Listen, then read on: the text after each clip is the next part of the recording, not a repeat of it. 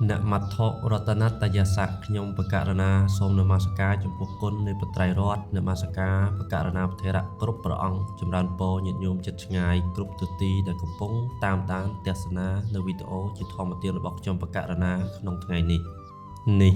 គឺជាវីដេអូភាគ2អត្ថបាយអំពីហមវន្តតបតេ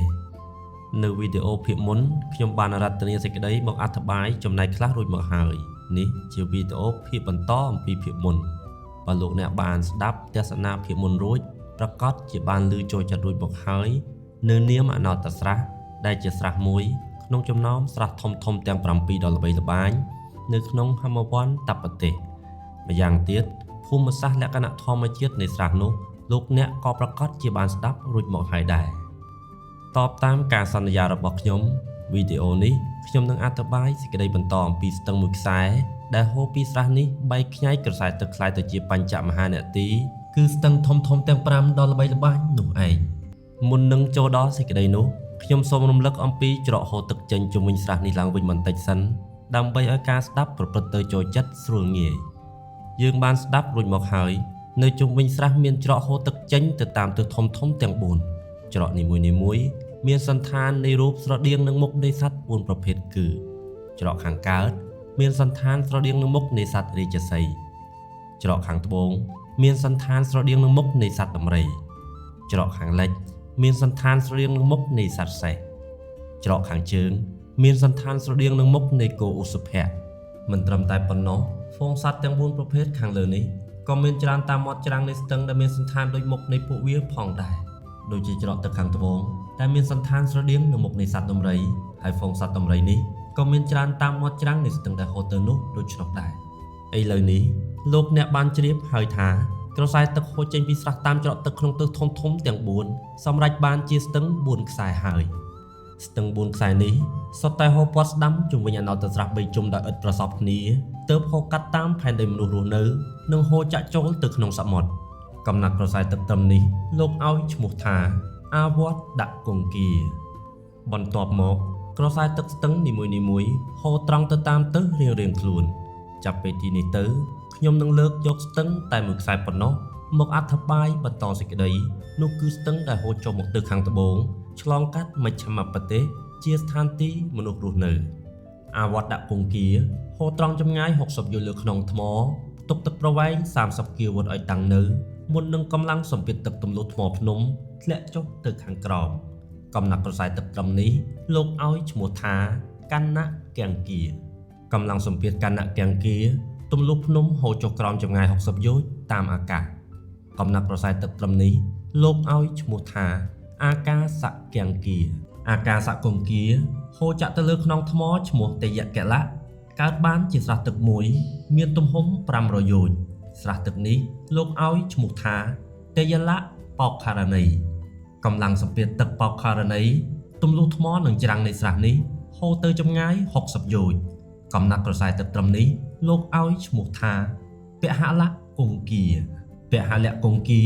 ហូរទម្លុះផ្ទៃផែនដីคล้ายជាក្រសែទឹករុំក្រោមដីមានចម្ងាយ60យោជន៍កំណាត់ក្រសែទឹកត្រឹមនេះលោកឲ្យឈ្មោះថាអ៊ុំមង្គាគង្គាអ៊ុំមង្គាគង្គាហូរទង្គិចនឹងដេរឆានបរពតឈ្មោះវិជ្ជៈបែងចែកក្រសែទឹកចេញជា5ខ្សែคล้ายជាបញ្ចមហានទីបញ្ចមហានទីជាស្ទឹងធំទាំង5ដ៏ល្បីល្បាញនោះគឺគង្គា1យមុនី1អចេរវតី1សារភូ1និងមហី1ឥឡូវនេះលោកអ្នកបានជ្រាបបន្ថែមថាបញ្ចមហានទីនេះមានប្រភពពីអណត្តស្រះនៅហមវន្តតបតេដោយប្រការដូច្នេះហើយជាអវសានសេចក្តីនៃវីដេអូនេះខ្ញុំសូមអារាធនាព្រះពុទ្ធដីកាពីទីនានាក្នុងបត្រៃបិដកចំនួន3ចំណែកដែលព្រះដ៏មានព្រះភិក្ខទ្រង់សម្ដែងទុកមកហើយដោយទ្រង់បានលើកយកបញ្ចមហានទីនេះមកជាសេចក្តីឧបមាទូមានសាវករបស់ទ្រង់ដូចតទៅទី1សុតន្តបិដកអង្គត្រនិកាយសត្តកនិបាតអដ្ឋម្មភិក្ខបណ្ណាសកាសង្កហេតមហាវគ្គទី2អរិយកសោតព្រះត្រៃបិដកខ្មែរភាគ47ទំព័រ248ឃ្នៀប71ព្រះបរមសាស្តាចារ្យទ្រង់ប្រពចំពោះបក្ខទាំងឡាយដោយលើកយកនៅអនុសាសន័យគឺពាក្យទូមានព្រានប្រដៅរបស់គ្រូឈ្មោះអរិយកៈដែលរមែងសម្ដែងធម៌ដល់សាវករបស់ខ្លួនដោយការប្រៀបធៀបជីវិតរបស់ពួកមនុស្សនេះទៅនឹងវត្ថុ7ប្រការដើម្បីបង្ហាញថា ជីវិតរបស់ពួកមនុស្សនេះជារបស់តិចខ្លីមានសេចក្តីទុកច្រើនមានសេចក្តីចង្អៀតចង្អល់ច្រើនក្នុងចំណោមសេចក្តីឧបមាទាំង7ប្រការនោះខ្ញុំសូមលើកយកមួយចំណែកដែលមានទំនងត្រូវនឹងប្រធានបទខាងលើមានសេចក្តីដូចនេះថាមនាលព្រាមប្រៀបដូចស្ទឹងហូរពីភ្នំហូរទៅកាន់ទីឆ្ងាយមានខ្សែទឹករហ័សអាចនាំទៅនៅរបស់ដែលគួរនាំទៅបានគ្មានកំណត់កាលវេលាកំណត់យាមឡើយព្រោះស្ទឹងនោះចេះតែទៅចេះតែប្រព្រឹត្តទៅចេះតែហូរទៅបានយ៉ាងណាមិញមនាលព្រាមជីវិតរបស់មនុស្សជារបស់តិចខ្លីមានសេចក្តីទុកច្រើនមានសេចក្តីចង្អៀតចង្អល់ច្រើនប្រៀបដូចជាស្ទឹងហូរពីភ្នំយ៉ាងនោះដែរអ្នកទាំងឡាយត្រូវដឹងត្រូវធ្វើនៅកុសលត្រូវប្រព្រឹត្តព្រាហ្មចរិយធម៌ដោយប្រាជ្ញាព្រោះសត្វដែលកើតហើយសុទ្ធតែស្លាប់ទៅវិញព្រះលោកនាយកទ្រង់ត្រាស់សម្ដែងបញ្ជាក់សេចក្តីនោះទៀតថាសម័យនោះពួកមនុស្សមានអាយុ 60000 ឆ្នាំកុមារិកាមានអាយុ500ឆ្នាំទើបល្មមមានប្តីពួកគេមានអាពាធតែ6យ៉ាងគឺរងា1ស្អុះ1ឃ្លាន1ស្រេក1ឈឺឧច្ចារៈគឺឈឺបន្ទោបង់លាមក1ឈឺបាសាវៈគឺឈឺបន្ទោបង់នោម1ទ្រង់ត្រាស់ទៀតថាអំបាលពួកមនុស្សក្នុងសម័យមានអាយុវែងយ៉ាងនេះថិតថេរយូរយ៉ាងនេះមានអាពាធតិចយ៉ាងនេះម្ដេចគង់សម្ដែងធម៌ដល់សាវកថាជីវិតរបស់មនុស្សជារបស់តិចខ្លីមានទុកច្រើនមានសេចក្តីចង្អៀតចង្អល់ច្រើនចំណែកក្នុងកាលឥឡូវនេះបុគ្គលរស់នៅយ៉ាងយូរត្រឹម100ឆ្នាំឬតិចជាងឬលើស100ឆ្នាំបន្តិចបន្តួចប៉ុណ្ណោះព្រះពុទ្ធដីកាក្នុងព្រះសូត្រនេះមានបន្តទៅទៀតសូមលោកអ្នកទស្សនាស្ដាប់ស្វែងរកសិក្សាបន្ថែមទៀតផងចុះតាមទីអានដែលបានប្រាប់រួចមកហើយ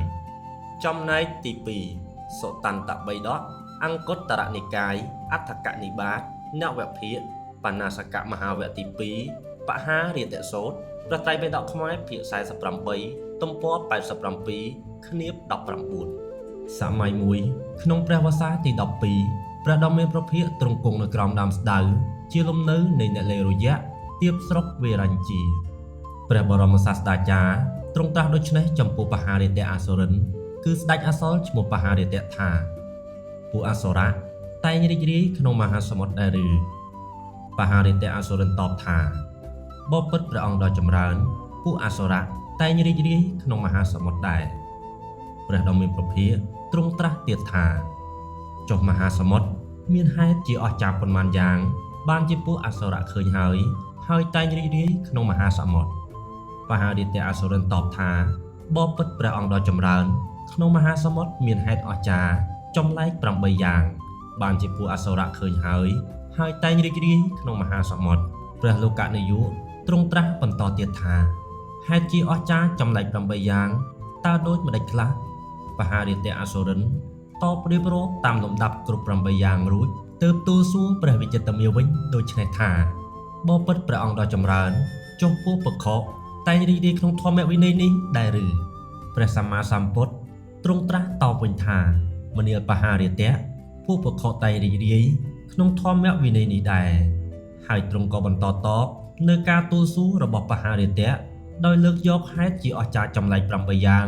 ដែលពួកភិក្ខុឃើញហើយតែងរីករាយក្នុងធម្មវិន័យនេះតាមទំនងដែលបហារាទៈអសុរិន